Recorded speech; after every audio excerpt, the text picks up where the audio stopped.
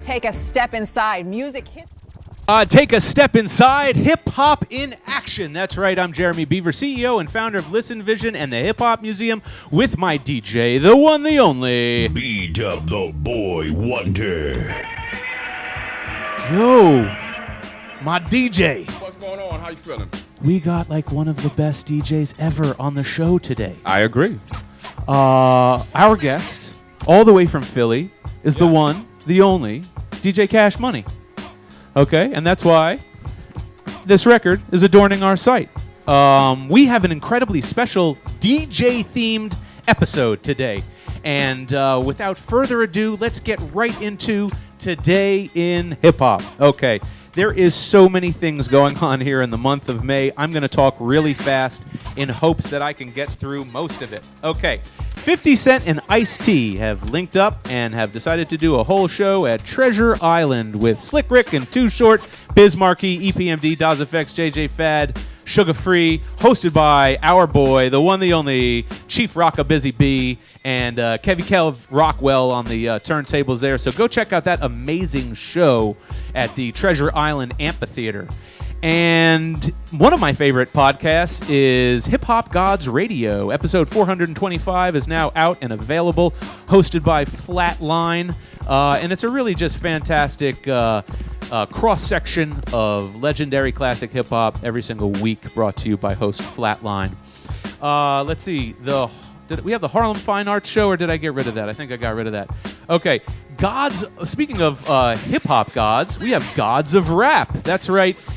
De La Soul, beautiful piece of artwork there by Amy Cinnamon, and De La Soul on the tour is featuring her artwork. This is the artwork of Medina Design, Mark Colmer. Shout out Mark, an amazing picture there, more De La Soul art. And look at this original piece of art by Mark Colmer out there in the UK with Chuck D at the Gods of Rap show.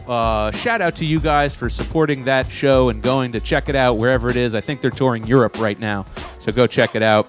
And oh man, we got even a little snippet. Here it is. This is Bring the Noise, Public Enemy in Wembley Stadium just the other night. Check it out.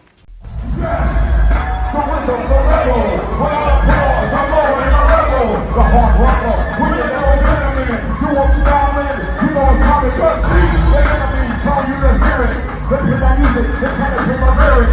Some say no to the album, the show. From us to sound, 32 years ago. I guess you know, you can listen to radical. Now it's a radical, you have to make it critical. The only party the money, so we party it too. There's a power on the house, on the rebel that you know.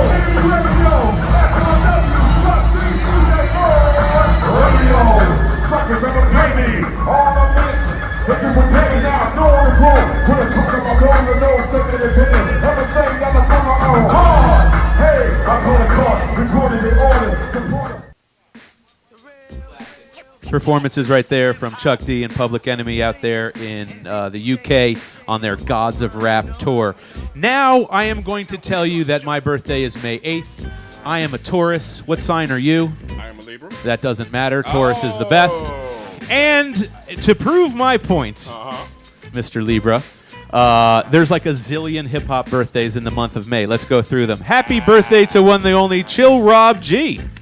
That's right, Chill Rob G. Ride the rhythm. Okay. Happy birthday to the one the only... Oh, that's May 15th. May 9th is Ghostface Killah. That's right, and that artwork there is by medinadesign.co.uk. This is the Artful Fro. That's right. This artwork here on that vinyl is from the Artful Fro, and she's an amazing artist also in the UK. Do we have any more Ghostface? No, that's it? Okay. Okay. Happy birthday to Jimmy Spicer. There we go. The one, the only original MC, Jimmy Spicer.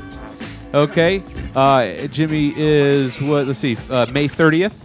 Okay, and then Melly Mel is here pictured with our own historian, Jay Kwan. And we have an amazing video. Yeah, check this out. Check out this amazing video of Melly Mel. He works out just a couple times to look like this, so check it out. twice as mean as anything seen on a split screen. In between ice cream and Listerine, church, tabernacle, Sistine Chapel, nigga pristine. Magic Jack like Apple. I don't rap, got a bitch snap that'll twist a nigga cap like a snapple. Mr. MC Audacity. I find art plus Walmart, and you a motherfucking haberdashery. Stop posing like that chick from Frozen. Lowercase traded to your race, that's why you was chosen to lie, steal, cuss, cause you love that white man more than you love you or us. I respect. That's why I wrote them pop hits, you nigga and I only sign white tits. I ain't mad at white people or Jews, they even cut you a check, but they respect me way more than they respect. That's a 58-year-old MC. Yeah. Who looks 1,000 times better than I have looked at any age of my life. All of us combined. He looks better than all of us combined. All right, so happy birthday to you, Melly Mel. Also, Hip Hop Museum inductee on our inaugural opening night there. That was incredible with him. Happy birthday to another Hip Hop Museum inductee, Mike G of the Jungle Brothers. And they are going to be playing the Sony Music Hall in New York coming up soon. Art from Amy Cinnamon. Incredible. I love this piece of art. Amy, you're amazing. So go check out that show. And I'm pretty sure that they've added CL Smooth to that show at Sony Music Hall. So check that out in New York. Happy birthday to Parrish Smith of EPMD. Parrish Smith turning 51. And rest in peace and happy birthday to the one and only Rock Rada, if we can. That's an amazing picture from the 1995 DMC World Champion. Check out this really cool. Can you zoom in on this, DZ? This is a really cool DVD that we have from Rock Rada that's in our collection here. And that's The Adventures of Grandmaster Rock Rada. And on the back, you know, featuring DJ Craze, A-Track, Cutmaster Swift, Noise, Swamp. There's Stevie D, DJ Stevie D. So that's happy birthday and rest in peace to 1995 DMC World Champion Rock Rada. Okay, also happy birthday to Salam Remy, May 14th. Incredible music producer. He's got just a zillion hits. Happy birthday to the magnificent Special Ed, May 16th, the youngest in charge, Special Ed. Just 2 days ago, I was at Eaton Hotel with an amazing guy named Jeffrey Tribble and a guy named Common, whose book we are featuring today on the show. He's got a new book called Let Love Have the Last Word. Okay, I really suggest you go out and purchase this book. We got this book signed, and this incredible Source, can we zoom in on this? This incredible Source magazine piece of clothing, also signed by Common. And the reason why we got the Source piece of clothing is because that's where he was first found and discovered, in the unsigned hype section of Source magazine. And then my business partner and co-founder of the Hip Hop Museum, Dave Mays, went on to help him secure a record deal at Relativity Records. So later in the show, at the end of the show, we're going to be showing you some exclusive behind-the-scenes footage of this private book signing and panel discussion that we had with Common just 2 days ago. Okay, and shout out to Jeffrey Tribble for hosting that whole thing. Also, I was there at the Eaton Hotel with Janon Costley. Do we have a picture of these guys? We got Janon Costley, amazing guy that works there at the Eaton Hotel, and Jeffrey Tribble were both there with Common. There's Jeff on the right, and obviously Common in the middle. And here's a picture of Dave Mays and Janon Costley just kind of sitting around waiting for the amazing panel discussion with Common about his new book. Okay. I had mentioned it earlier, but I'll mention it again. This Jungle Brothers show at Sony Hall, CL Smooth has now been added as the opener. So that's May 26th. Another amazing thing happening in May. Man, I discovered these about 2 years late. Apparently, Hieroglyphics have their own sneakers, and I didn't even know, but they're fucking amazing. Wow. They only got like size 9 left. But you can go to the Hyro shop online, and if you have really tiny feet, or if you're a woman, you can cop what they got left. Speaking of women that are incredibly talented, genius, and receiving doctorates, honorary doctorates. Missy Elliott just received her honorary doctorate, and I'd like to show you just a very quick piece of this emotional speech that she gave when receiving her doctorate just the other day from the Berklee College of Music. So check this out.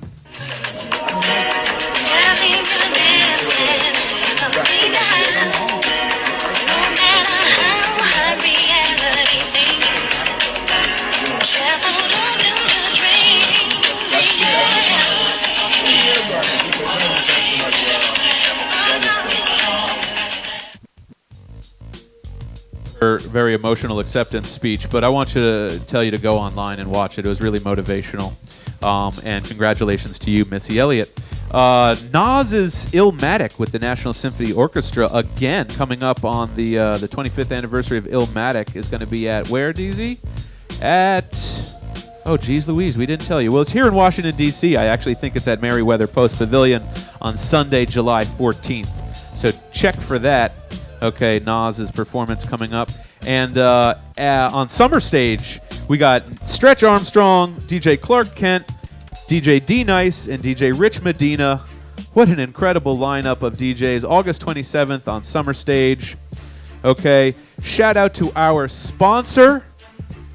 That is True Heads Clothing. That's True Heads Clothing. If you want to check them out with all these good old snapbacks and fitteds that we always wear each and every Friday, check them out. TrueHeadsClothing.com. That's True Heads Clothing with a Z.com. True Heads Clothing. And if you love True Heads as much as I do, then you can go over to the Ewing Company and match your Sugar Hill Fat Lace hat with the Ewings. Check this out. This is a friend of mine I met online on Real Hip Hop Lives, I believe, on Facebook. And he got the matching set just like I have. And if you want to really drip, that's how you do it. That is dripping. Sugar Hill shoes with the Sugar Hill Fat Lace hat from TrueHeadsClothing.com. And the very last thing I'll say is a beautiful, loving warmth and respect and salute to Bushwick Bill, who's fighting cancer. They have reunited he has reunited with the Ghetto Boys for a final farewell tour there, and they're uniting. So please go see this incredible group and these veteran MCs for what might be their last tour. And we love you, Bill, and sending love and prayers. Keep fighting, brother. Okay? Anyways, stay tuned. Hang in there, DZ. Let's play that intro video again. Oh, no, I'm sorry.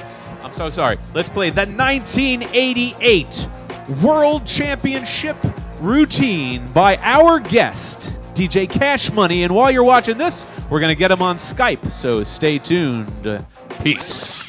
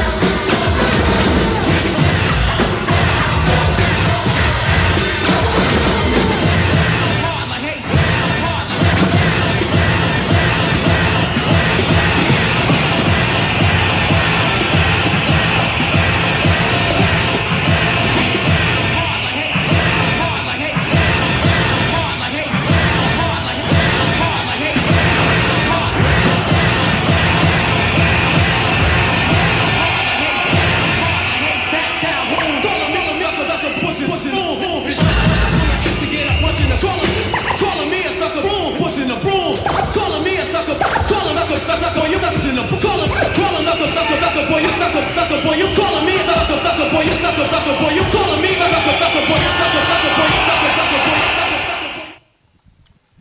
Wow, we did it! It's amazing! The one, the only wood grain mixer original, DJ Cash Money. We were just, hey, sir, how are you? What's good, man? What's good? What's good, y'all? Whoa, see, bro, listen, when you watch this back and you see how amazing you look right now, you will immediately understand why we had to Skype you in. Okay, and if anyone watches Cash Money's videos and knows that he's not just a DJ, he's also like a video comedian, you will recognize the studio that he is Skyping us from, right? Yeah, man. Yup. Amazing, amazing. So this is beautiful. I don't know if you can see our set is adorned with your records, and we got Rock Raider's birthday is today. We got his DVD. Rest in peace to Rock Raider. Yeah, man. Rest in peace, Raider. Yeah, rest in peace. And if you're just tuning in, we opened with Cash Money's 1988 routine. And first of all, I'm gonna ask you right away, as an old DJ myself, I have the weirdest question. How on earth did you get your fader so smooth? That is not how a wood grain fader is supposed to operate. Right, a lot of tuner spray. Out of Radio Shack tuner spray, man. Tuner spray, okay. So Yeah. if you are of a certain age, you remember we would use WD-40 and tuner spray. But to me, I had a GLI. If you do too much tuner spray, you get the static, right? No, you got to get the non-residue. Oh, now you tell me? Oh, now you tell me 20 years later. Oh. Radio Shack was the only spot that carried that kind of spray. So when you were practicing at home, anyone that knows Cash Money knows that he was cutting and scratching and juggling records in a way that at that time, I'm just telling you, and you know this, you were so ahead of your time. Tell me a couple people that maybe you were looking at that were your OGs that it convinced you to start DJing. I mean, from here in Philly, man, definitely Grandmaster Nell, Cosmic Kev, and also Lightning Rich. Okay. And now what about, we have a little video that we pulled real quickly.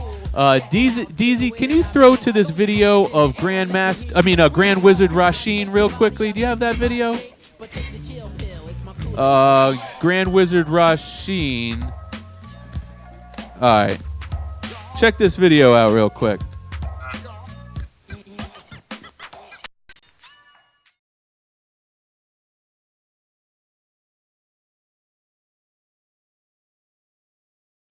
Yo, before I get started, man, I gotta bring out somebody, man, that's real important to me. Hey, Grandmaster Flash, Grand Wizard Dildo was one of them two of them, like one of the both of them were the biggest influences in my life. But this brother right here was the guy I got my whole style from. His name is Grand Wizard Rasheen from Philly, y'all. Please give him a hand, man. You know what I'm saying? If it wasn't for him, there would be no DJ Jazzy Jeff, no Cash Money, none of us, man. This man is a pioneer in Philly. Glad to bring him up.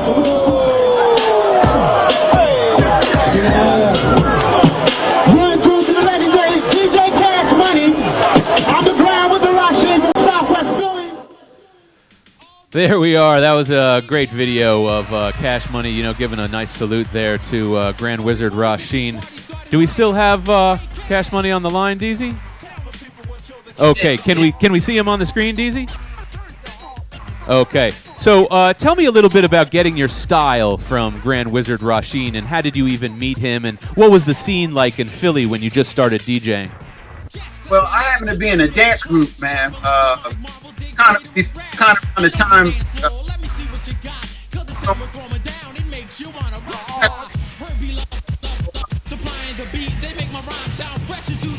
We're losing your audio there, Cash Money.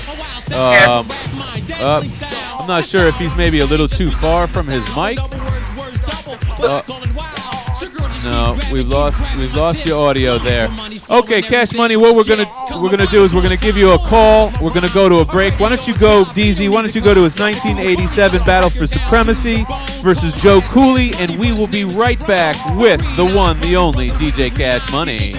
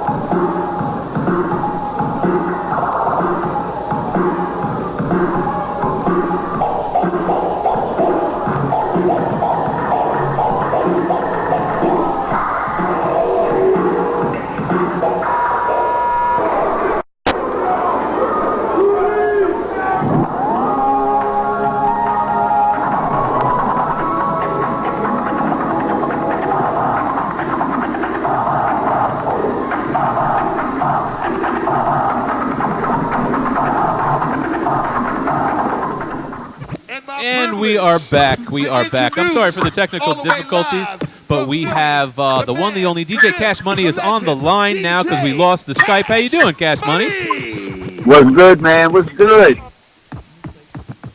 Sweet. All right. We are back. We got you. Sounding crisp and clear. We were just in the middle of asking you how exactly you got your style from Grand Wizard Rasheen and what the scene was like there in Philly when you first started.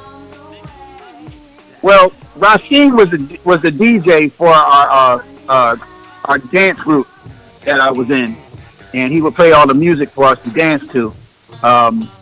He basically showed me how to mix from turntable to turntable, pretty much. And from that point on, I created my own style, after I learned what he was showing me. And, yeah, that's how I got my style, just practicing, man, trying to be different. And what influence did Grandmaster Flash have on you? I mean, other than Rasheen, what other DJs were you looking at that time? Well, I wasn't looking at any DJ at that time because there was no video at that time. It was only like New York City, the cassette tapes. So I can only imagine what they were doing.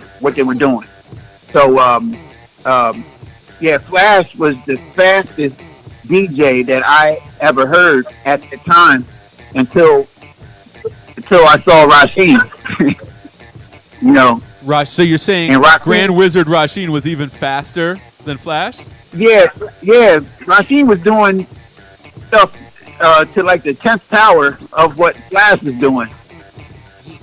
And he lived around the corner from me. So tell me about this dance troupe. What made you want to be a dancer? I mean, a lot of people that became MCs or DJs, got their start in different ways. We always ask kind of like all of our legendary inductees, what was the very first song or experience you had with hip-hop that made you fall in love with it, if you can recall? Oh, man. Well, first of all, the DJs would be playing like James Brown breaks at the park dance or block parties. And there would be a circle of guys that would be dancing, like battling against one another.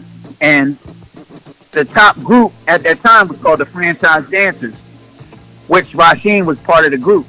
And they just so happened to all live around my neighborhood. So, you know, I didn't start getting, growing until I got like my later years. Cause I remained kind of short.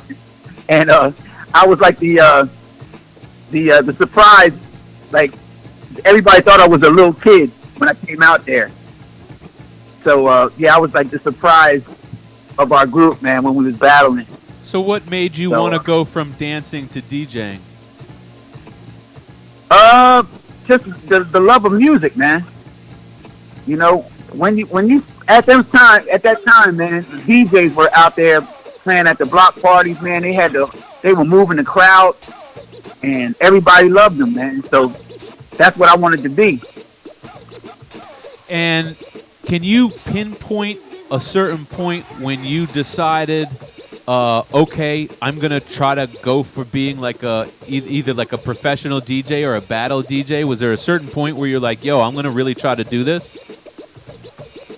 Yeah, I mean, I was practicing so hard back in the day, man, that I was always trying to do something different, making different sounds and stuff like that. And then, you know, by me doing like little house parties and making tapes for my cousins that were going off to college, you know, I started getting popular. So that's how that all started. And then at what point did the battling come in? When did you say, okay, I got what it takes to enter a competition, and what was the first competition you ever entered?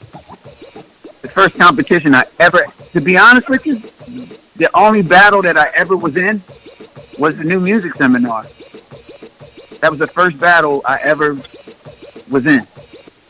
You kidding me? Like, to be honest with you, man, back in the day, there was a lot of guys that said they want to battle me, but then when I show up, then they don't want to get on. Well, that's not the worst. That's not the worst thing. In the background, I see why. I definitely see why. Right. I mean, if you ever watched a Cash Money routine, you're immediately like, you know what? I think I'm going to get into accounting. You're like, you know what? Forget DJing. Okay, so, I mean, in 1987, you know, you battled Joe Cooley. And you did a whole bunch of things. And I'm just telling you because I was around at the time and I had the VHS cassette, you know, of all of this stuff. And that's how, you know, cats that were slightly younger than yourself, you know, we would learn. What was it like? What was Joe Cooley already recognized from the, you know, Rodney O and Joe Cooley records, or was this before that time? I had no idea who Joe Cooley was. That battle was supposed to be between me and Bobcat. A lot of people don't know that. Oh. Yeah, Bobcat, the big battle. He had brought Joe Cooley out there. He brought DJ Pooh out there. What happened was Joe Cooley lost in the earlier rounds. And Bobcat never showed. And DJ Pooh was the only one from the West Coast that made it to the later rounds. But I guess Cooley was a much better DJ than Pooh, so they put him back in. So they can't even find a competition for you. Yeah, what was crazy was they told me that I had already won, but because said DJ Pooh had got sick all of a sudden, so then they put Joe Cooley back in, and then they told me just to cruise. So if you notice from that battle, I did a routine that I had done earlier, and then Joe Cooley came on after me, and then he did that Kraftwerk thing. I was like, ooh wee. But like, why scratch with your shoe? I mean, here's the thing, right? Okay, I'm not saying you shouldn't scratch with your sneakers. Like, that's not my perspective. My perspective is, what made you think of that? At that time, that was really, really ahead of its time. Man, I was doing some bugged out stuff back then. Man, I used to have routines with pencils. Pencils? Like 2 pencils. Anything that had like a rubber end at it. Both sneakers. Wait. Yeah, I was always Explain the trying to be pencils. different. What would you do with pencils? I'd be going back and forth, like using both pencils. Oh, Like my hands. you my hands would never literally. touch the- Oh, what? Yeah. Yo, my God. Where does this creativity come from? This is not normal.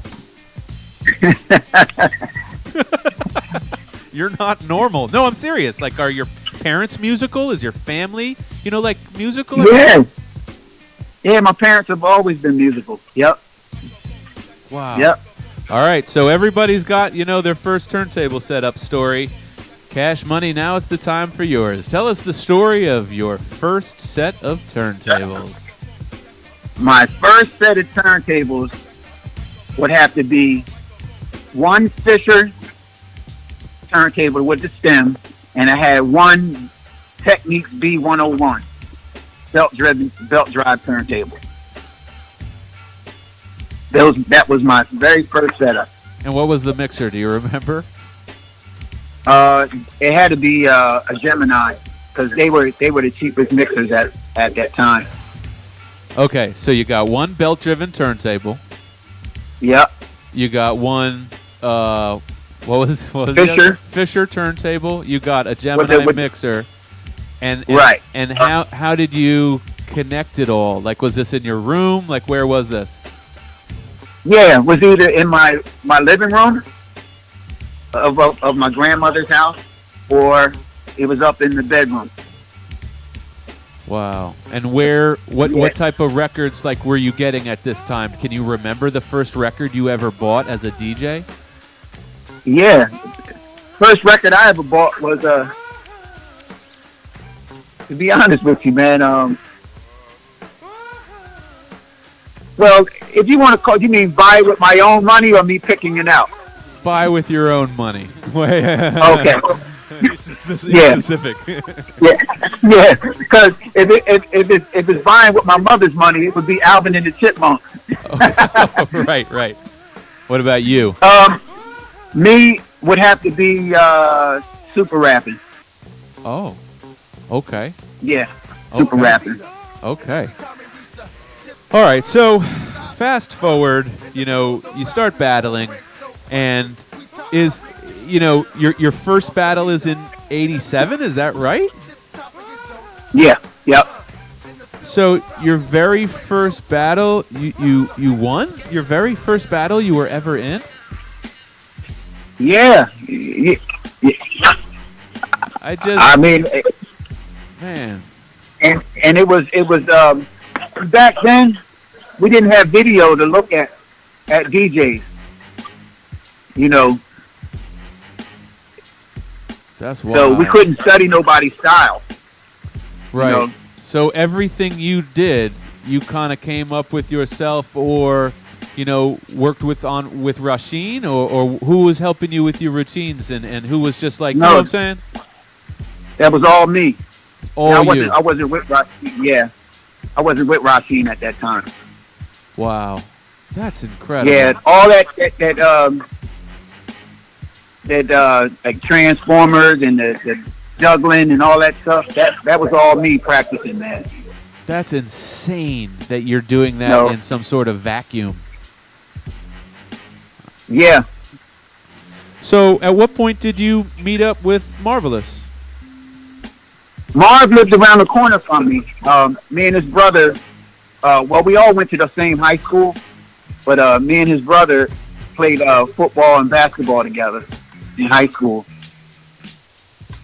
And so, do you remember, was there a moment where it's like, hey, let's be a group, let's do this? Like, how did that go? Yeah, Marv just came over one day and was just like, yo, I rhyme.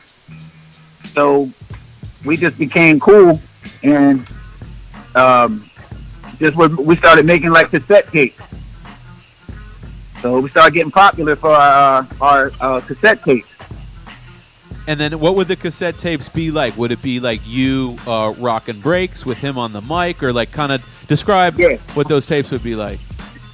Oh man, I was cutting up all break beats, and he'd be rhyming and just MCing over the whole thing. And do you have any of those tapes still? I do. Okay. You know, I don't throw away anything. Okay. This is good. This is good because at the end of this interview, we will of course be talking to you about your display in the museum. You know, and okay. I think it's amazing. Tell my audience who you were, the DC DJ you were on the phone with to verify that this was something real. Oh yeah, I was talking to DJ Cool, man, yesterday. Yeah, we're getting ready to work on a summer banger, man, out here. So yeah, we're working on this record. So we got talking about the museum, and he was like, "Yo, champ, they're the real deal, champ." That sounds like something he would say. Yeah, he was like, "Yo, man, they're the real deal, man." I was like, "Wow." That's what's up. That's amazing. Well, I mean, Cool is not only a beautiful human being, but he had, you know, one of the most, you know, kind of like emotional acceptance speeches because, you know, my DJ here, DJ B-Dub. Oh, say hi, by the way, man. What's going on? How you feeling, sir? Hey, how you doing, brother? I can't complain. Just learning, brother. Just learning. Okay, that's all good. We learn every day, man. All of us. So my man DJ B-Dub was actually right behind Cool as he gave his acceptance speech, and kind of me and B-Dub both just kind of welled up and kind of broke down as well. And he had all his friends there, and it was a real moment, man. It was really just special. And you know, DJs being the backbone of hip hop. Tell me what it was like to first be in a group and get signed, and you know, how did that kind of come about? How did you guys go from just making tapes to getting signed? What was crazy was I was touring off of like these cassette tapes were going everywhere. Like you know, speaking of DJ Cool, like me and Cool been knowing each other since the '80s, the early '80s. Like DJ Cool used to be DJing the clubs down in DC. And he was just a big fan of my work, man. And me and him got to talking, and he used to bring me down to DC to spin at clubs. Oh shit! Yeah, man. Yeah. That's amazing that you have that relationship with him to this day. Yep. Yeah, like Cool just saw something special in me, man. He was like, "Yo, you need to come to DC." So that's why I used to play the clubs with him. That's amazing. That's why we're so tight. Yeah. And his display, you know, his shadow box in the museum has his original Technique 1200 in it. Wow. Amongst and the jersey from that he wore in "Let Me Clear My Throat," his chain, his hat. I mean, all these amazing things. You know, wow. I always wanted to ask you because you know everybody kind of knows you for that wood panel mixer. You know what I mean? Oh, the Gemini. Yeah. Uh-huh. Do you still have that joint? I have a brand new one in the box. I think I do. I think I still have it. Man. I mean, you know, you cats from Philly, you know, I'm from New York, and, you know, New York, I think, always had respect for Philly and vice versa. You know. But they do, but you had to earn the respect back then. Well, that's true. Like, well, that's yeah, true. like I remember, man, I played Latin quarters for the first time. Yeah. And the guy was like, "This guy they say he's the baddest DJ."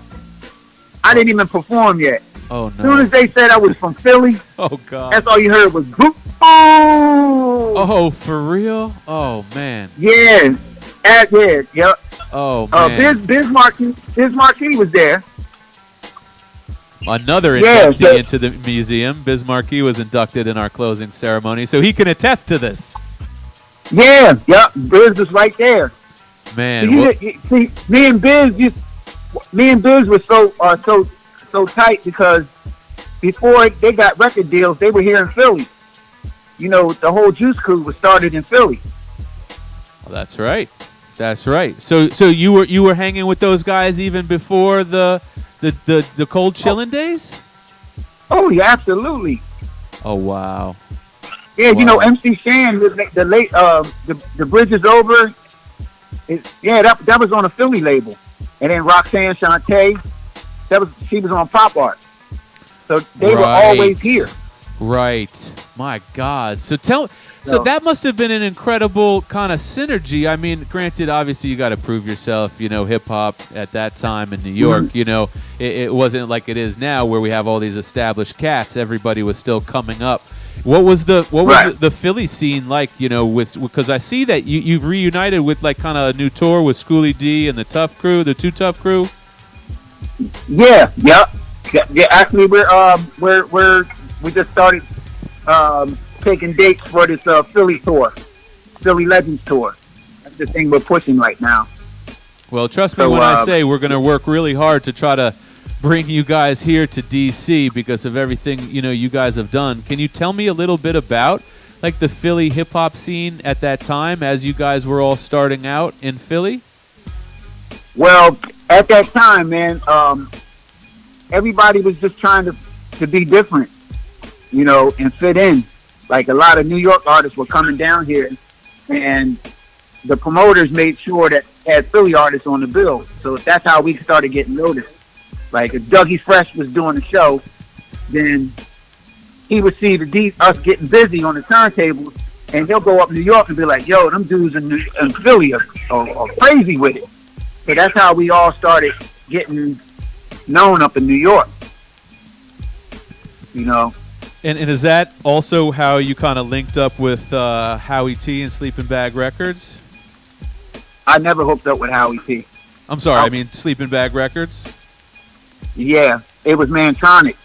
Mantronic, right. Sorry, brain fart. Hip-hop brain fart, right. So tell me what that, I mean, that label's like really iconic, you know? What was going on that label at the time?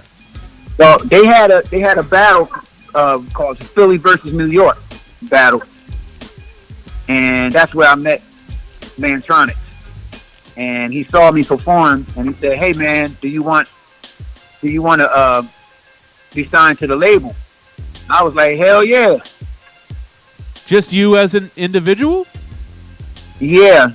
So what happened was I had two MCs, MC Marvelous and Cool Breeze Steve. Me and Marvelous weren't getting along, and Mantronics wasn't really feeling my Cool Breeze like that. So he ended up. Now this is some true facts here. He ended up linking me up with Bryce. With who? Bryce Love from Groove Theory. Oh, okay. Yeah. Bryce was my MC for a while. And what happened? How did Marv get back in the picture? Well, me and Bryce lived in Queens, and it was the distance was killing us, man. It didn't hurt. So me and Marv ended up mending our ways, and then he got on the record. And is that when you started producing around that time? Yeah, well, Mantronics produced our first single, but he was going through contractual problems. So if you notice in Ugly People Be Quiet, where it goes, Herbie love supplying the beat, it was supposed to say Herbie Love and Mantronics, but they edited his name out of it. Oh, man. Yeah, and Herbie Love, because he had success with Salt and Pepper and stuff, Sleeping Bag didn't trust me as being the producer, even though I did all the rest of the work after Mantronic left. So, but they basically paid Herbie all this money just to turn up a hi-hat or two. Okay, that's yeah. I think that's a breaking story right there. Yeah. I mean, no disrespect to him, man. You know, but you know the record was already done. He really didn't have to do anything, really. Right. Well, welcome to the industry. Rule number 4080, right? Right. Right. There you go. Well, listen, we only have so much time, and you know we have so many things to get through with you. Tell me about some of the amazing beats that you've produced. I love your. First of all, I love following you on Instagram and Facebook, because if you don't follow Cash Money, let me tell you, he's a total wackadoodle, man. This guy puts together like crazy videos with crazy beats, and then he's like, you're very funny, and like you were like falling asleep while you were loading up the Rhyme and Reason Busta Rhymes beat, and you were cleaning your sneakers, and then it finally loaded up. And I just thought, it was a really funny way to kind of do a throwback and showcase. Tell me some about your most memorable production moments and the most memorable beats you've done. Well, I've been doing beats for the longest time. It's just that my DJing has overshadowed that. And to be honest with you, man, I don't know if you noticed that I said I was retiring from DJing because I've been doing club dates for almost 30 years, man. And the way that the music industry is going right now, and I was getting burned out, man. And I miss being an artist, and that's what made me come back with my my album that's out now called Street Cash. What is tell the people what it's like, because I'm an old DJ, so I get the burnout. Tell the people what it is that makes you burnt out, because I understand that, but I want to hear it from you. Well, it's dealing with agents, especially the agents of today, because a lot of these guys that are in these booking agents are like, no disrespect to the young, but they're like 30 years old, trying to dictate what's going to sell from my era. And it's like, right. I found myself either arguing or trying to prove myself to somebody that should already know of my history. If you're going to be booking the golden era of hip hop, which is my era, you should at least know what you're booking. Right. So I found myself just arguing and trying to prove myself to these folks, man. So I said, you know what? Let me fall back, get back into my production, and man, it was the best move I made, man. So now, I'm happy again, man. I'm happy again, man. It's the Street Cash album, man. I know a lot of people don't know it's out, but because we're still pushing it, but where can people find it? It's called Street Cash?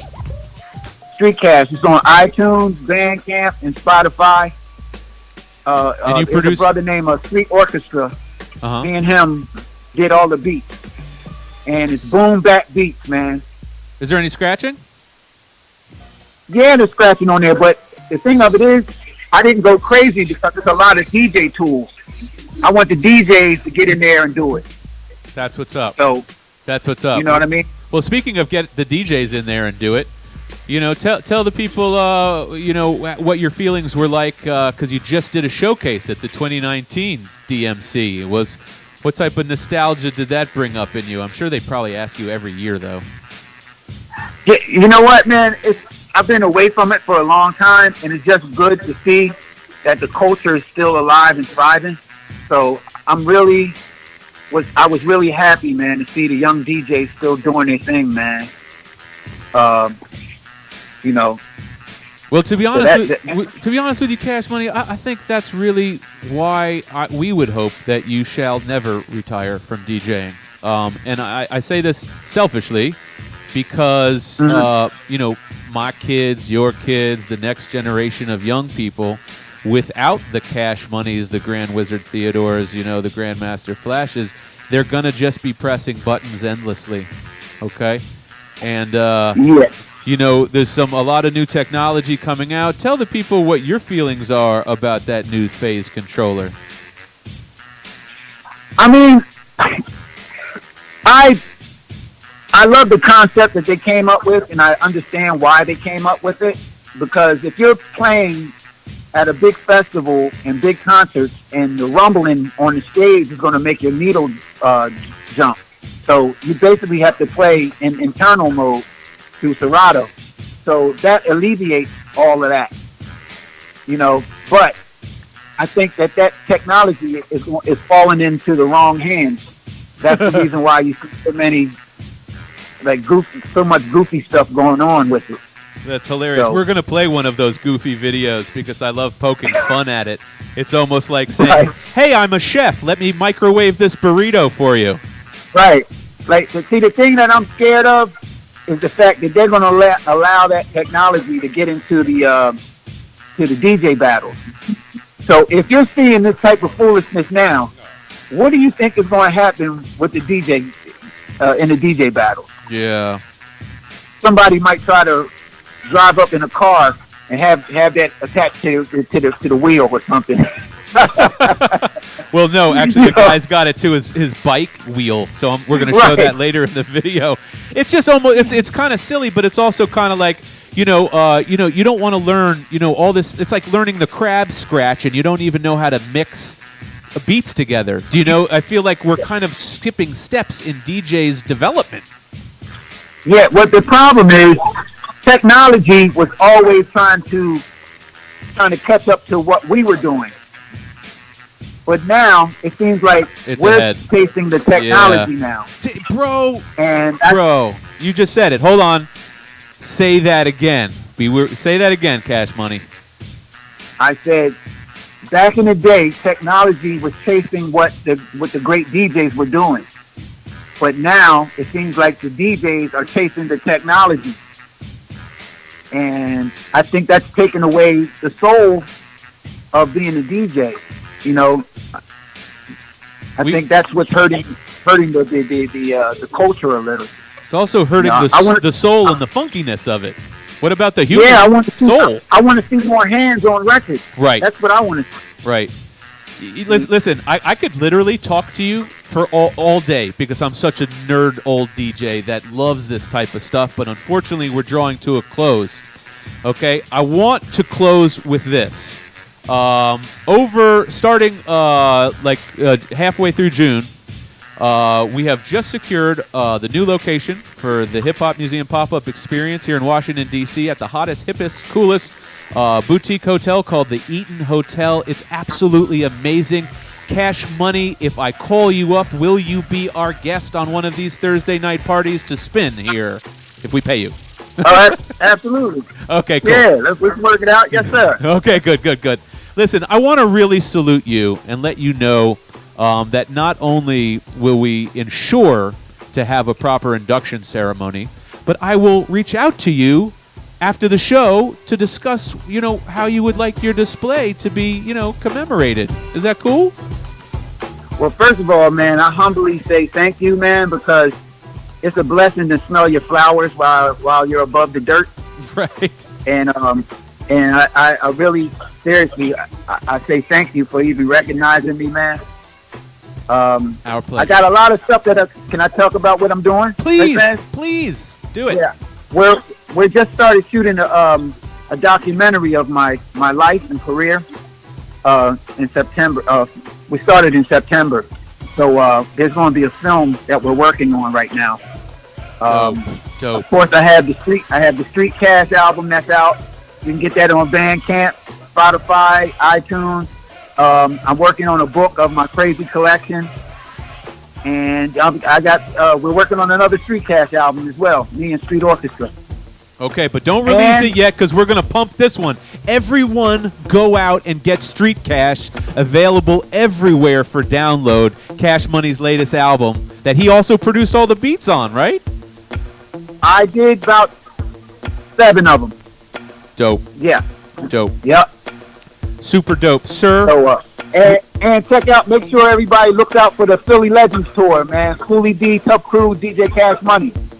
Well, listen, we're really going to be trying to bring that here to D.C.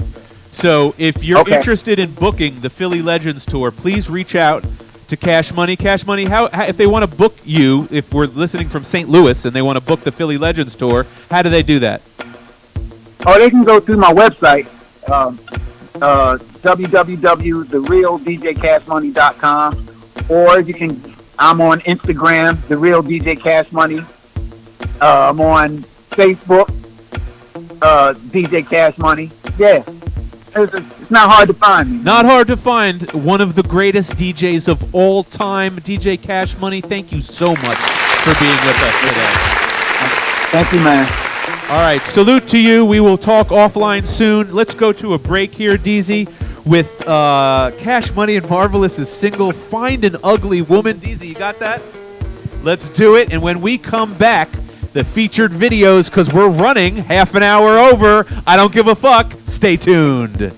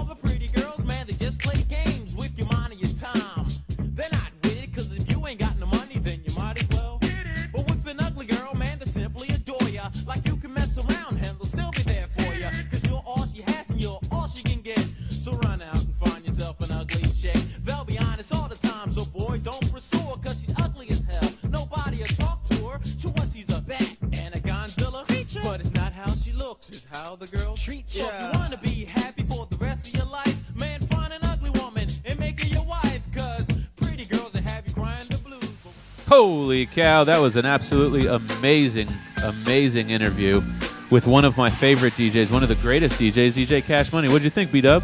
Man, that is I've learned some things. Watching those videos right there, man, and I don't know if you actually heard I was playing one of his mixes from the DMC battle in the background. I heard it. Man. Oh, geez. I heard it. Great. Awesome. The fact that he wasn't looking at anyone or anything to do that shit boggles my fucking mind. Awesome. It doesn't make any sense. Cash Money, again, you're not normal. Anyways, if you're just tuning in, I'm Jeremy Beaver, CEO and founder of Listen Vision and the Hip Hop Museum with my DJ, the one, the only... B-Dub the Boy Wonder. Damn. All right. We have a lot of show today, and we got more to get through. Cardi B got a new pair of Uggs. Normally, this is not news. It's not even worth reporting on. But when you see that someone scored her how do I even say this? Someone played the fucking piano to her talking about her new Uggs. Check it out. It's wild. None of you bitches got these exclusive Swisher Sweets Uggs. What's poppin'?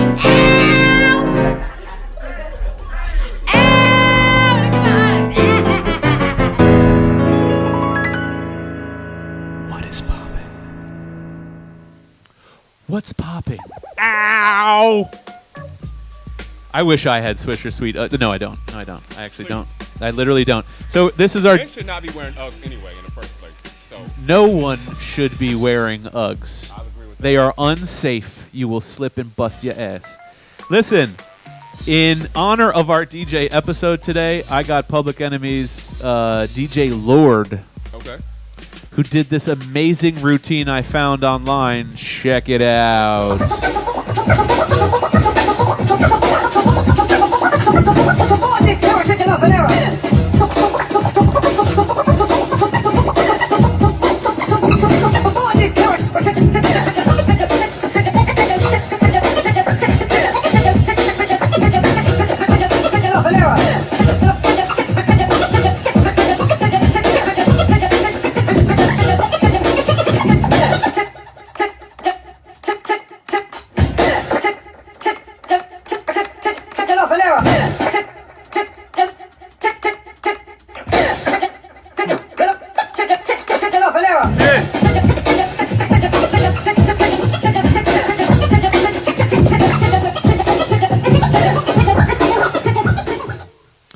Yeah, that's ridiculous. Shout out you, DJ Lord. DZ, we're going to skip that DMC video just because we're short on time. And we're going to go to a happy birthday video for Young MC, whose birthday is May 10th. This is the funniest, corniest video I've ever seen that's based in hip-hop. This dude is so fucking corny. Check it out. Our next guest won a Grammy and American Music Award for Best Rap Artist. He's also penned mega hits for other rappers. He wrote Funky Cold Medina. Or is it Medina? Medina. Look at you. Even the rest of the people that come from the Valley and the Inland Empire knows it was Medina. Damn. Wild Thing, too. Yeah, Wild Thing. Wild Thing. Oh, man, I'm telling you, I am so unhip. I feel so old. To think you went to college to introduce rappers. Yes, I did. Yeah. Right. This CD is really a lot of fun. Return of the One-Hit Wonder. Kind of poking fun at yourself there. Yeah, poking fun at myself and the industry and whatever. I mean, I've been doing this so long, you feel you get better at it. I mean, I know you're doing the news for a long time. You just feel you get better at it as time goes on. And Funky Cold Medina. That's right. That's the way you pronounce it. Funky Cold Medina. That was the most uncomfortable video I've seen in such a long time. All right. This is not uncomfortable. This is a guy named Henry Morales, who I've decided has the dopest turntable customizations I've ever seen in my life. No, I can't even describe him. Check this out. It's amazing. This is mad. I get more butt than ass true. Where you from? Modesto. California. Where you from? Modesto. California. Where you from? Modesto. Where you from? Modesto. But I learned to be a player in the boat. 1-5. Now, man, all bitches are the same. I keep them, bro. When I get a bitch, I got a bitch. Right on. I do mine some Frisco thing. Stepping back on the scene. Those look like they cost $1 million each. Pretty awesome. You know what that also remind me of? You know your mom's old china, the one you just can't eat on. Just like, don't touch that. No, you're not allowed in that cabinet. So that's what that is. You can't touch that. It's weird because it's like if you got that done, you would want to use it, but then it looks so nice you actually wouldn't want to touch it. Something tells me I bet Cash Money has those, and if he doesn't, he probably wants one. Wants them now.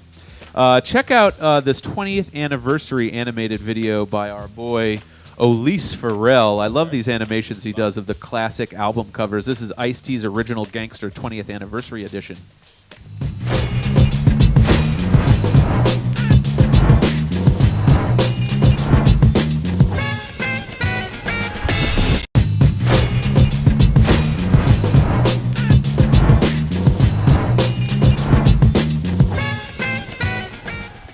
Yeah, there's a bunch of actually 20th anniversaries happening right now. Another one is the debut album from KMD, Mr. Hood. KMD, of course, birthed MF Doom. A lot of people know that. But MF Doom, then, worked with MC Search, who we inducted not too long ago, right? And man, there's just it's like 6 degrees of separation with MC Search. Anyways, check out this animation of KMD's debut album, Mr. Hood.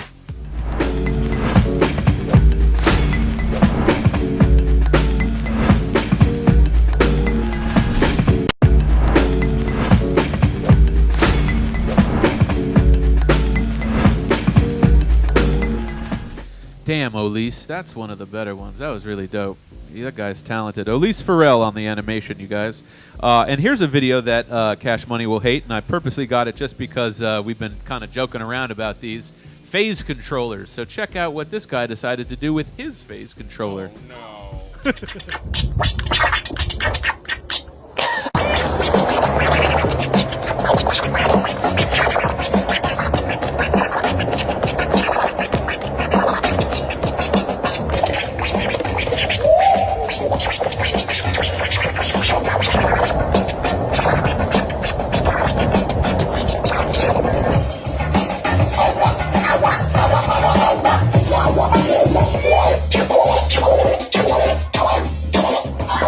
What the fuck?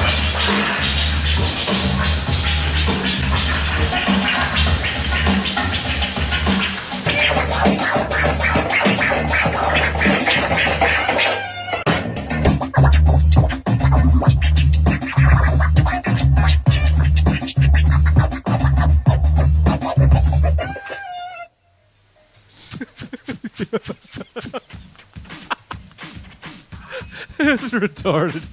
Anyways, if you're just tuning in, I'm Jeremy Beaver, CEO and founder of Listen Vision and the Hip Hop Museum with my DJ, the one, the only. Beat up the boy wonder. All of a sudden, I want some stir fry. I was just going to say, this. I was like, all right, that's funny. But when he got the walk, that shit was hilarious. Anyways, all right, whatever. I love this app. I have to get it for my kids because my son keeps asking me. It's called Playground. And allows you to make the beats. We've played a million videos using this app. Here's the newest one with the Chuck English remix pattern.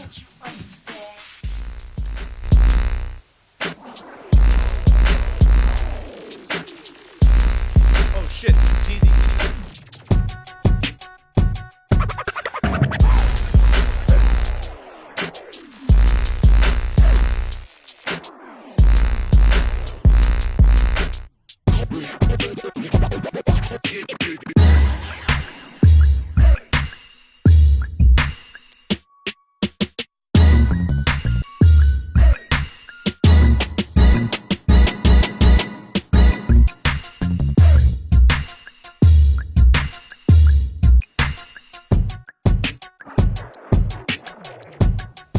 That was pretty dope, huh?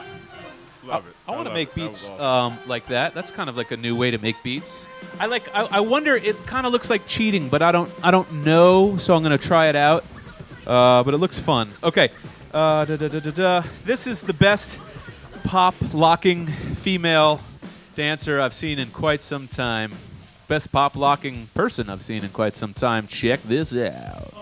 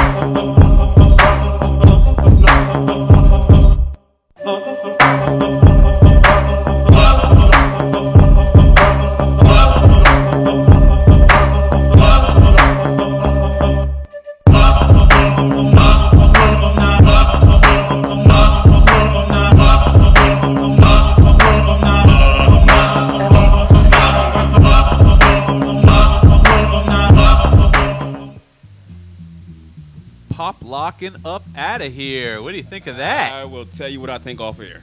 Okay. Oh, I just understood that. Okay. That was amazing. Okay. Master P has broken a Guinness Book of World Record. Yeah. Has broken a world record in the Guinness Book. And it's not whatever record you were just thinking. Check this out. This is the record he broke. Yo, I want to thank the cast for I got to hook up too. We already working on 3, but we just made history, man. 126 speaking roles in a movie, never been done before in a Hollywood theatrical film. So, you know, Pops, with that being said, that means that we're giving the most opportunities to young actors and actresses out there, and that's what I appreciate most about this film.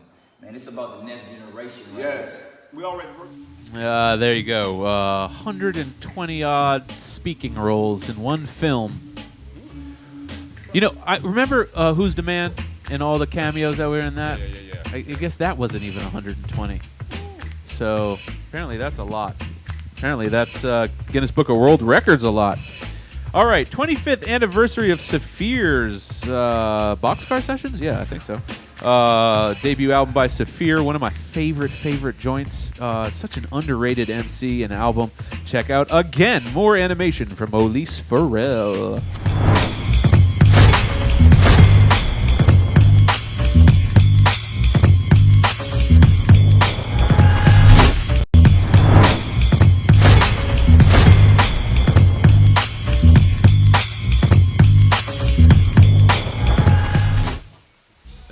There you have it. Okay, and the last video that we will play is for my boy Diamond D's new album, Dime Piece Part 2, is out, and it is amazing. It features Pharoah Monch, Buckshot, Smith & Wesson, and a zillion trillion OC, a zillion trillion others, the Diaz brothers, Raheem Devon, Wes Felton, a zillion trillion amazing MCs. You need to go get this album, Dime Piece Part 2. If you don't believe me, just check out what these folks have to say about it. They always say, like, you know, your top 5 or your Mount Rushmore of who's who. He's right up there. Diamond D, thank you for taking the time to talk to the people at Ambrosia for Heads and AFH TV, man. All right, man. Thanks for having me. With this album right here, I think it shows so much growth. It's unpredictable, you know what I'm saying? So, you know. And the thing, too, that's dope about Diamond is that he's one of those producers that's dope on the mic. He had an understanding of what he was doing. He was delivering. He was full package, okay? Diamond D is like the cat who kind of took the Bronx and kept us relevant. You know, since his very beginnings, DITC and even before that. I mean, man, I feel like I just came up on him. He was able to make the transition from being a producer. They captured a time and a place that is dead. I think that it's important that we support all hip hop. You always been one of my heroes. You're impressed to do like Diamond D. You know, you're doing good. Dime Piece Part 2, available May 10th. You know, I'm really excited about it, you know? There you have it.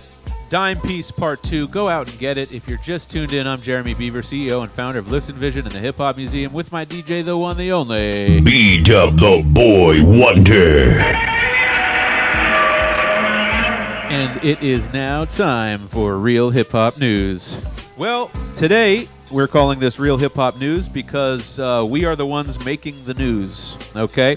So just the other day, 2 days ago, I had the great pleasure of sitting down with the one, the only Common.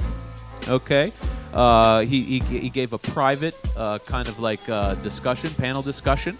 Okay, and at this private panel discussion, he was nice enough to sign. DZ, if we can zoom in on this, sign this Source Magazine piece of clothing here.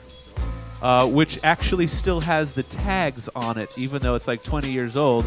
And let me just tell you, why did we have him sign the Source Magazine piece of clothing? Well, because he was discovered in the unsigned hype section of the Source Magazine. Maddie C. over there at the Source Magazine back in the day discovered him, and then Dave Mays, my business partner and the founder and creator of Source Magazine, helped him get signed to Relativity Records. Okay? So not only did we get that signed, but we also got this signed by Common, and that will go into our incredible microphone collection. Okay, and let's see there.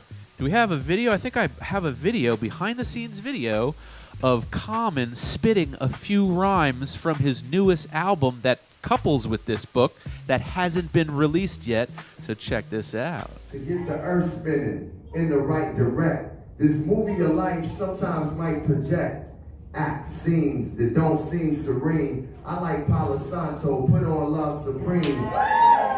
And get into the being of the great I am. That's when I get to seeing just how great I am. Many, many times from mistakes I ran, but I'm just a cake, let me bake, goddamn. I pray I don't forsake my man, and whenever I fall, on faith I land. Imperfections. Resurrections, in the mirror staring at God's reflection, reflecting on my aggressions, on my obsessions, on my progressions. There's a lesson in not feeling less than and seeing life itself as a blessing.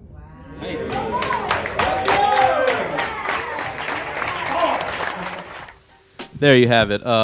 You know, I was already a fan of Common, but after this talk and listening to him speak, I'm even more into what he has to say and how he uses love and positivity, you know, to kind of, he's really motivational to kind of guide him. Okay, let's see. We had the most amazing donation yesterday to the museum, and we're standing right in front of it the entire show. You didn't even realize. Do you have a picture of Chucky? So we got a picture here of Chucky Thompson. Nope, that's the RZA. So at the very end, nope, no picture of Chucky. Well, anyways, this, maybe check your email. I think it should be on email. I'm going to hold it up while you're doing that. So we are lucky enough to have one of the greatest producers in the history of hip-hop donate this plaque to us. Okay, his name is Chucky Thompson. He was originally one of the producers with, you know, Bad Boy.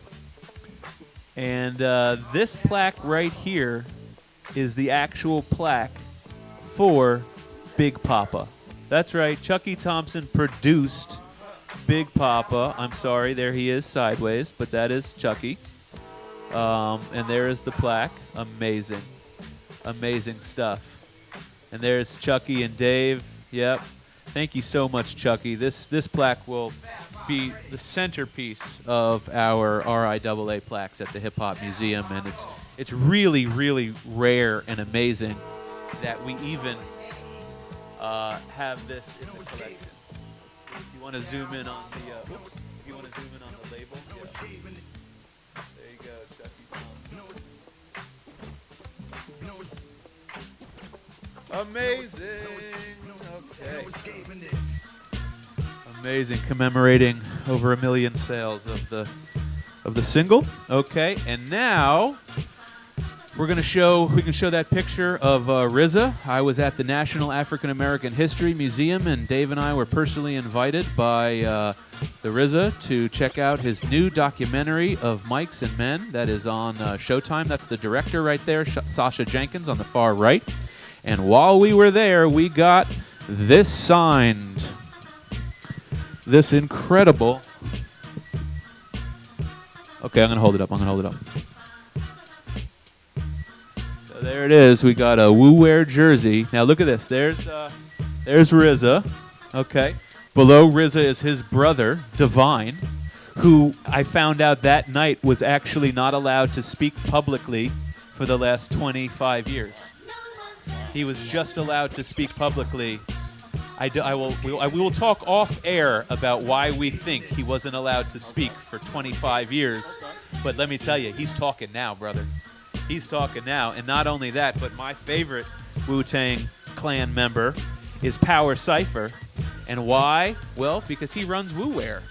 Okay, so a lot of people don't know, that Wu-Tang Clan is not just all of 9 rappers. It's also the management team and all these guys from Staten Island, that had this vision and got together. So the documentary was absolutely amazing. It was a really amazing documentary.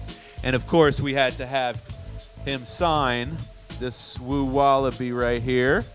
The RZA right there. Had to have him sign that for the collection, of course. Okay? And then we got more behind-the-scenes footage of us, me and Dave, listening to the RZA at the National African American History Museum as they debuted episodes 1 and 2 of Mics and Men. Check it out. I think every man gets to a point of evolution in life where there was the freedom to express himself. When Sasha came to us to do this documentary, if you would have came 5 years prior, maybe it wouldn't have been as honest. If you would have came 10 years prior, we wouldn't have said nothing, because talking to cameras feel like talking to policemen to us as we grew up, you know what I mean? But I think now at this evolutionary stage of life, it's like, if you don't tell your own story, if you don't reveal your trials and tribulations, if you don't get it out there, then it goes with you, it dissipates. And then your story be told by somebody else. Your history is like, all of a sudden, Michael Jackson is this, you know what I mean? That's right. And it's like, for us, we felt bold enough, confident enough, and comfortable enough with Sasha and the Master Pill team to tell our story. Oh my God, that's right. It has come time finally. It's the unboxing. It's the Hip Hop Museum unboxing, DJ Cash Money style.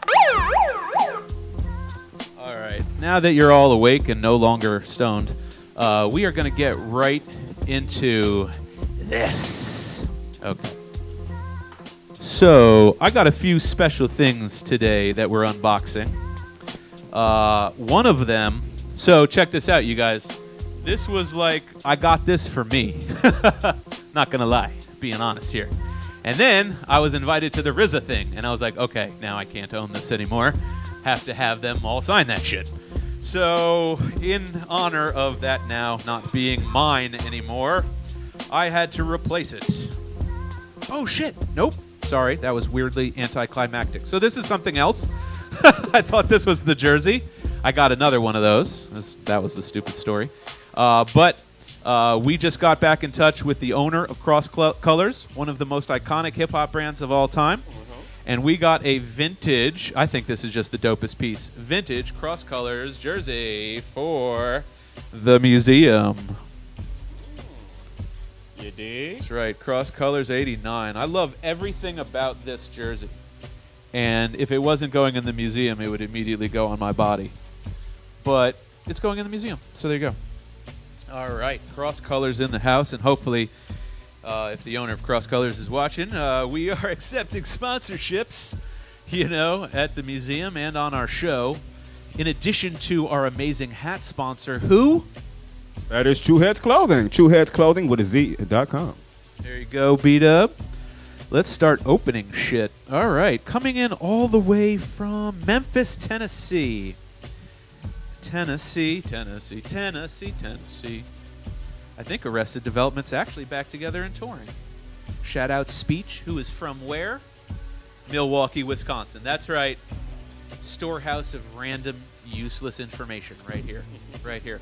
Okay, so I got this because we have not represented women enough in the Hip Hop Museum. Okay, I'm just being honest. Okay, we need to represent them more. I've decided Queen Latifah is the most talented hip-hop artist in the history of hip-hop artists. You can debate me on that. She is the most talented. That is actually a fact. Huh? No, period. Acting, singing, rapping. LL cannot sing. LL has not been on Broadway. LL is not the face of CoverGirl, because that would be weird. Okay. Roxanne Shante, Cold Chillin', picture by George DuBose, 1989, Cold Chillin', glossy of the one, the only Roxanne Shante. Man, I love that picture. That's a great picture. She looks great in that picture. Look at those earrings. All the girls in my school used to wear these. And then, like, if they got in a fight, immediately they come off. All right. You got my knife? You got my knife? All right, cool. I got it just in case. Okay. Oh, all right. Oh, dude, no. You know who that is, right? Yeah, yes, of course, of Okay. course we This know is who that big, is. guys. This is big. This is big. Seriously, this is huge. I got to cut the music down for this one. Yeah. R.I.P. R.I.P. to the legendary John Singleton, who just recently passed away. We just recently lost him. You're looking at the only known signed glossy of John Singleton that exists. We just got it for the museum. Big shout out to Boca Raton, Florida, for sending that to us right there. So, okay. Appreciate it. Shout out Boca. I'll leave that. That's so precious. Yeah. What we're gonna do actually is we're gonna put this. We're gonna display this. So that's. Come on.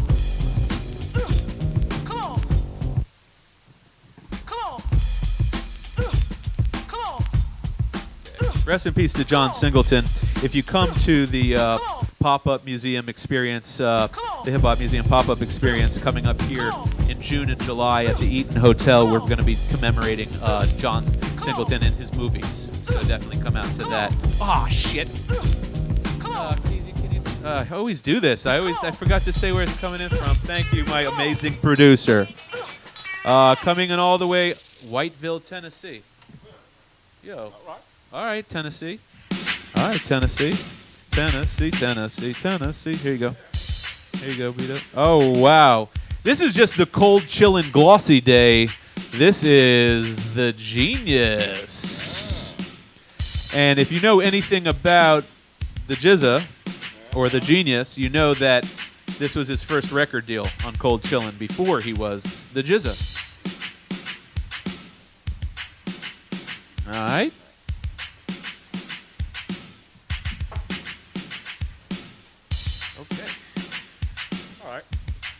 Coming all the way in from, where did I say that? Texas, I believe? Tennessee, Memphis, Tennessee. You can't be serious. I'm dead serious. Memphis, Tennessee. They're loving us right now. Who's everyone's favorite TV show when they were little? I just got to ask this question to our studio audience real quick. Martin? Who? Cops? I don't even have a drop for that. I know, right? Forget that. Living Single, I asked y'all. because we have this glossy of Living Single there. And the reason we have this is to, stock up on our Queen Latifah display because we're creating her own shadow box for her. If I had that because question we one have more time, I'd determined that she, and there she is with Naughty by Nature on the set of Living Single. See, TV, movies, Broadway, singing, makeup. Got all that. She's a great human being. I think she did $14 million affordable housing project in New Jersey. Queen Latifah, you are an amazing human. We love you. All right, so check this out. This isn't going in the Hip Hop Museum, but I'm just telling you right now, I'm doing this new sneaker shit. Okay, I fucking love sneakers. I'm a sneakerhead, and these are the dopest kicks I found online. I'm gonna rock them myself on my beautiful feet. Look at this colorway. Look at how fucking dope this colorway is. Can you see it? It's like it's a pink sole, and of course we got the these are the suede Clydes. Okay, with the pink. That shit is fresh to death to me. This is the Pork Rhymes edition. I have my own Puma now called the Pork Rhyme Pumas. And these are them. No, I'm just kidding. But I really do fuck with those. I don't know if you guys like them. I like them. All right. Okay. Last piece. Now this is big. I saved the best for last. And I got this piece because of the Wu-Tang. But I also got this piece because of Source Magazine. And you might be asking yourself, wait, what do those things have in common, Source Magazine and Wu-Tang Clan? Well, in addition to being in the Source Magazine, the Wu-Tang Clan has a long and storied history. And this piece commemorates one of the most iconic issues of the Source Magazine. Okay? So I found this online. It's like, I guess it's like a plaque. So I'm guessing like if you were in the Source Magazine or like really on the cover, right? They would then send you this thing like, hey, thanks for, being on the cover, and here's your thing to commemorate you being like in the or on the magazine, right? So this is an original Source Magazine commemorative plaque for the Wu-Tang edition. Okay? And this came out in 1997. And look at that. Presented with sincere thanks for your support in making this issue a success. Issue number 93. June 1997. That's pretty amazing. That is pretty amazing. All right. Wow. Who would have thunk it? Who would have thunk it? That's pretty cool. So, what'd you guys think of our DJ edition? Is that cool? Is Cash Money the shit? I think Cash Money's the shit. Anyways, we love you, Cash Money. And I want to send a big special thanks to Angie Gates at the D.C. Office of Cable and Television and Entertainment, who has been hooking us up, with lots of tickets and lots of support. We really appreciate all the support D.C. has given us. Please stay tuned, because the Hip Hop Museum pop-up experience is about to pop up again mid-June at the Eaton Hotel in Washington, D.C. So please visit us and be a part of history. Okay? Until then, I'm Jeremy Beaver, CEO and founder of Listen Vision and the Hip Hop Museum, with my DJ, the one, the only B-Dub the Boy Wonder. And until next Friday at 5, we are Hip Hop in Action. Peace. As we bring you on a tour of the largest collection of artifacts and memorabilia at the Hip Hop Museum pop-up experience. On the 40th anniversary of the famed song Rapper's Delight, hip-hop history is coming alive in the district. With more than 500 items from hip-hop history, there's no shortage of collectibles to spark nostalgia, as well as touch a new generation of music fans. I said a hip-hop, the hip to the hip-hop, you don't stop the rockin' to the bang, bang, boogie, say up, jump the boogie to the rhythm of the boogie to beat. Now what you hear is not a test, I'm rapping to the beat. And me, the groove, and my friends are gonna try to move your feet. You see, I am Wonder Mike, and I like to say hello. Up to the black, to the white, the red. Everybody who comes in here for the first time, they're just so excited and inspired because, this has never been done before. The genre's creators and pioneers have been turning out to see the collection for themselves, and in some cases, to be inducted into the ranks of hip-hop royalty. I do have one of these. And I am proud of this right here. I think it's a great thing because it shows the maturity of what hip-hop is for this history. And it's not only hip-hop history, it's basically it's black history. We brought our daughter. She grew up in the backseat listening to this, repeating this. For me, it's a continuation of the love of hip-hop music. It absolutely is. If you really love hip-hop, I need to hear you say, hell yeah! Hip-hop till the day I die! Oh my God, this is amazing. This is really amazing, and I'm glad to be able to be a part of it. I'm transforming! Say what? I can't hear you, can't hear you. Say what? Oh, baby!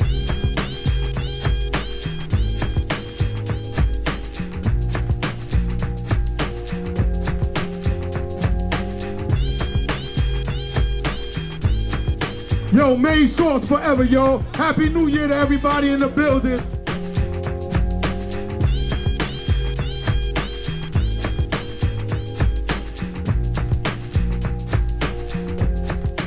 A big deal, you know. It's been a long time coming. Finally, there's a brick and mortar establishment to show what hip hop means. A hip hop museum is something definitely needed to preserve the culture.